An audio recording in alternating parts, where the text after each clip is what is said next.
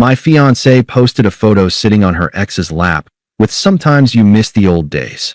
I listed our engagement ring for sale online with the caption, "Engagement off, ring for sale, make an offer." She realized what I'd done when her mom called screaming. Hey viewers, before we move on to the video, please make sure to subscribe to the channel and hit the like button if you want to see more stories like this. Thanks. The wedding was supposed to be in 3 months. September 15th. We'd already paid deposits on everything. The venue, the caterer, the photographer, the flowers.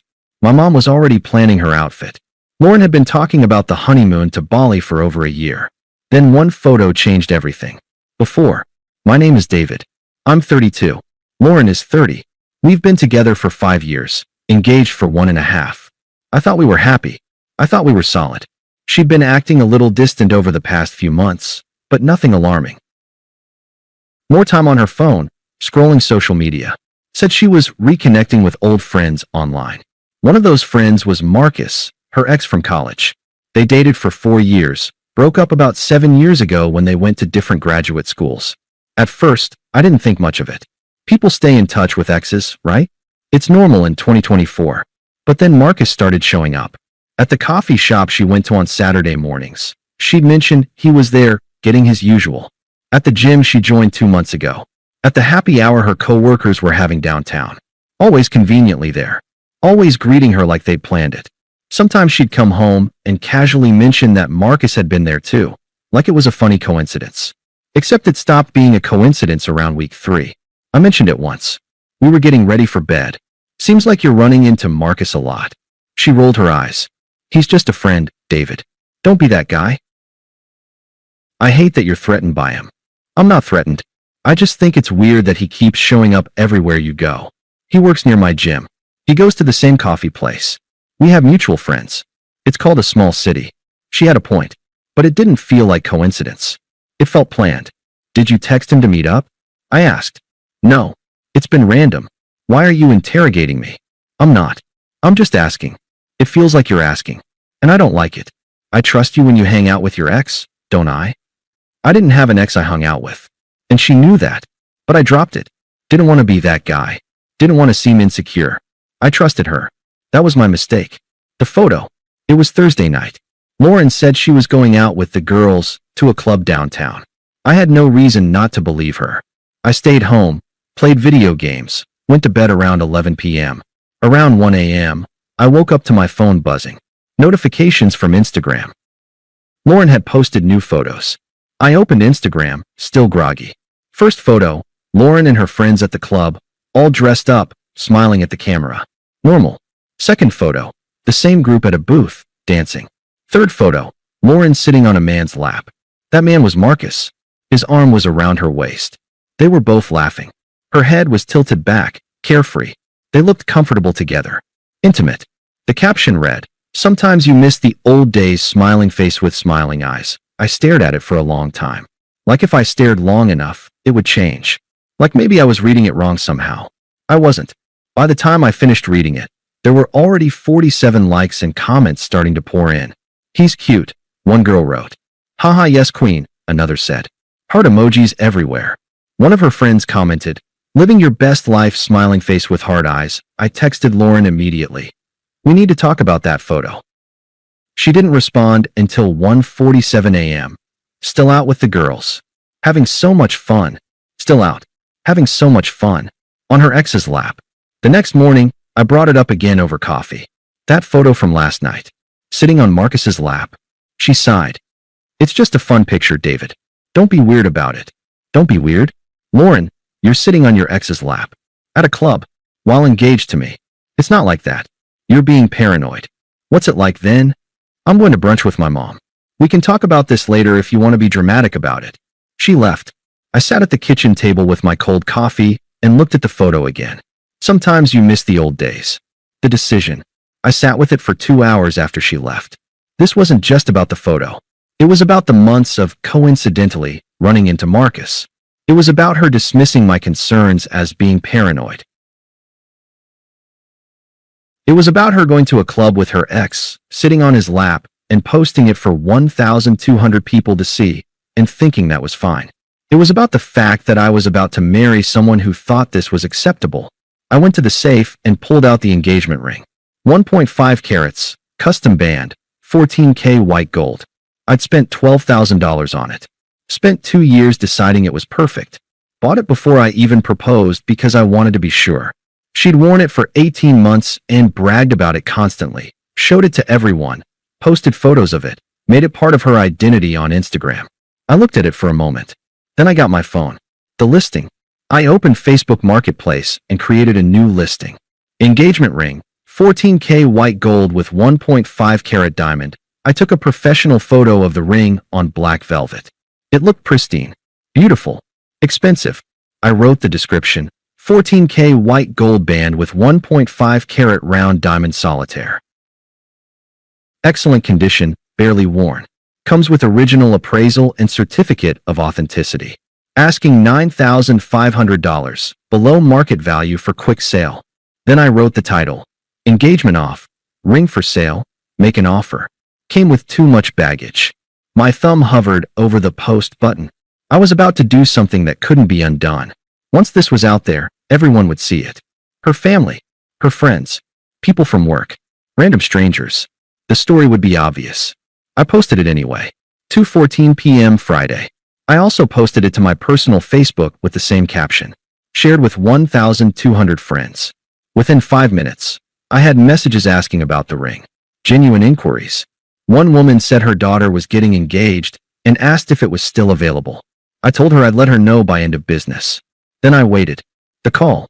Lauren didn't find out until 4:47 p.m. She didn't see it herself. Her mom called her. Not texted. Called. I know this because my phone rang about 10 minutes later, and it was Lauren, and she was screaming. What the fuck are you doing? Selling a ring, I said calmly. You can't just, that's my ring.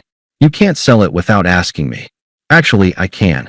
It's in my name, I paid for it, and technically the engagement hasn't been finalized yet, so the ring remains my property. This is insane. Take down the post. Everyone is seeing this. I know. That's the point. You're being cruel and vindictive. We can work through this. I took a breath. Can we? Because from where I'm sitting, you were sitting on your ex's lap last night at a club telling the internet you missed the old days. That didn't seem like it needed working through. Long pause. So that's what this is about. You're going to throw away our entire relationship because of one photo. The photo is the last straw, Lauren. Not the first. You don't understand. It was just, I hung up. She called back 4 times in the next 10 minutes. I didn't answer. She texted, please. We need to talk. This is crazy. I didn't respond. The explosion. What happened next was actually faster than I expected. My phone rang. It was her dad, Robert. David, what the hell is going on? Lauren's hysterical. Ask your daughter why she was sitting on Marcus's lap at a club last night, while telling the internet she misses the old days. Silence. She what? I sent him the photo. He went quiet. Long silence. Then, oh, that one word said everything. I found out about this online, he finally asked. Yeah, same way everyone else did. Robert didn't say much after that. Just said he'd handle it and hung up. Apparently, he went straight to Lauren's mom, Patricia, and showed her everything.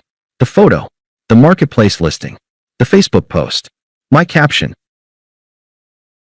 I didn't hear the conversation directly, but I heard about it secondhand from my mom, who heard from Patricia's sister, who Lauren had called crying. Apparently, Patricia was furious. Not at me, at Lauren. What were you doing sitting on your ex's lap? I'm told Patricia said, Mom, it was just a photo you posted publicly with a caption about missing old days, 2 months before your wedding. By that evening, the story had spread to her entire family. Aunts, uncles, cousins. Everyone knew about the ring listing. Everyone saw the photo. The news. One of my Facebook friends worked at the local news station. He called me around 6 p.m. Friday. Dude, is this real? The ring thing. Yeah. This is insane. Can I run it as a story? Sure. Do you want to go on camera? I thought about it. Part of me wanted to just let it die quietly.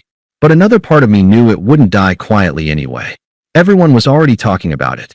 My mom had told half her friends. Lauren's family had told their friends. It was going to get out. Yeah, I said. I'll do it. The news reached out to Lauren for a comment. She refused. Had her mom refuse on her behalf. Said any further communication would go through her lawyer. The story ran Friday night at 10 p.m. Social media drama leads to called-off engagement, the headline read. They showed the Facebook posts, the marketplace listing, the photo with Marcus. They even got a screenshot of the comments. Random people from the internet offering advice or criticism. The news anchor actually laughed when she read my caption aloud. Engagement off. Ring for sale. Make an offer. Came with too much baggage. Well, the anchor said with a smirk, he certainly made his point. By Saturday morning, the story had been shared over 8,000 times. Local Twitter was talking about it. Reddit had picked it up. People were debating whether I was justified or cruel. I didn't read most of it. Saturday. I met the buyer, a woman named Susan who was buying the ring for her daughter's engagement, at a coffee shop downtown. We completed the transaction. She handed me $9,500 in cash. I handed her the ring in a velvet box. Thank you, she said. I hope your next relationship goes better. I smiled. I think it will. Surprisingly, I felt calm. Not angry anymore. Not even hurt. Just relieved. Like a weight had lifted. The aftermath. Lauren went into damage control mode. She tried calling me 23 times over the weekend. I didn't answer any of them. She texted, I'm sorry. I was stupid. The photo was innocent. Please don't do this. I didn't respond. She posted on Instagram. Some people twist stories for attention. The truth is between me and the people I love. I'm not responding to negativity. The comments were brutal. People screenshot the photo, the post, my caption. They asked questions. If it was innocent, why post it? Why sit on his lap? What does miss the old days mean exactly? She deleted the post after an hour. Then she tried to get my marketplace listing taken down, claiming harassment. Facebook removed it after 12 hours, but by then thousands of screenshots existed. The image was everywhere. Marcus, apparently panicking, commented on the news story, "This is crazy. I'm just a friend. Nothing inappropriate happened." He got ratioed immediately. Then why was she on your lap? Someone responded. Why post that caption? Another asked. Nothing inappropriate, but she's engaged to someone else? A third pointed out. He deleted his comment and stopped following Lauren on social media. When she tried to reach out to him on Sunday, he didn't respond. The family fallout. Patricia, Lauren's mom, didn't forgive her quickly. She called me on Sunday to apologize. I'm sorry, my daughter is an idiot. You did the right thing. I appreciate that, I said. But we both know this didn't start with one photo. What do you mean? I explained the months of conveniently bumping into Marcus. The late nights. The texts. The vague explanations. The way she dismissed my concerns. Patricia went quiet. How long has this been going on? She finally asked. I said, I don't think anything physical happened. But emotionally? Months. At least. Patricia went back to Lauren and demanded answers. Apparently Lauren broke down and admitted she'd been confused about her feelings for Marcus. That she didn't mean to let it go that far. That she didn't even really want to cheat. She just wanted the excitement of the chase. Patricia called me back Monday morning. She's in therapy now, trying to figure out what she was thinking. That's good, I said. I meant it. The wedding. The wedding was officially canceled Monday morning. My lawyer sent a letter to Lauren's lawyer about the deposits. We split the losses 50-50ths. The venue was already rebooking for another couple. The caterer had already taken on a new client. The photographer found another bride who needed September 15th. Life moved on without us. 3 months later, the local news story eventually died down. It had its moment of viral fame. Then people moved on to the next drama. Some Reddit threads still debate it sometimes. Was he right to do it publicly? People ask. Most comments side with me. She was inappropriate. He drew a boundary. Some criticize me. Could have just talked to her privately. I don't engage with any of it. Lauren apparently went into therapy.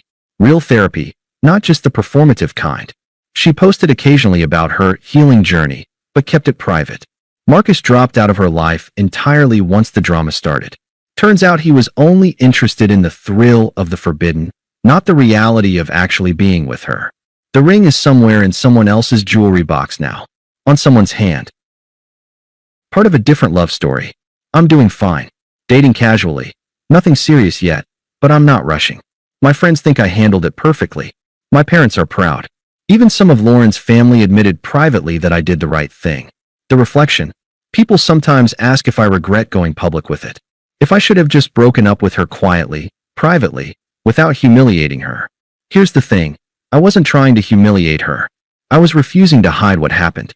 She chose to post a photo sitting on her ex's lap with a caption about missing old days. She made that public. She shared that with 1,200 people. I simply responded with the truth, that the engagement was off and the ring was for sale. Some people say I was cruel. Maybe I was. But I wasn't unkind. I didn't lie. I didn't exaggerate. I stated facts. And sometimes stating facts publicly is more powerful than suffering silently. She taught me that when she posted the photo. I just took the lesson further. Now, 6 months after the breakup, Lauren emailed me. Just once. Subject line, I'm sorry. She apologized for the photo, for her behavior, for not respecting my concerns when I brought them up. She acknowledged that she was emotionally unfaithful. She said she'd been in therapy for months and understood now that she was seeking validation from Marcus because she was insecure about herself. She didn't ask for forgiveness. She just wanted me to know. I read it once. Appreciated it. Didn't respond. I was already moved on. The ring is gone. The wedding is canceled.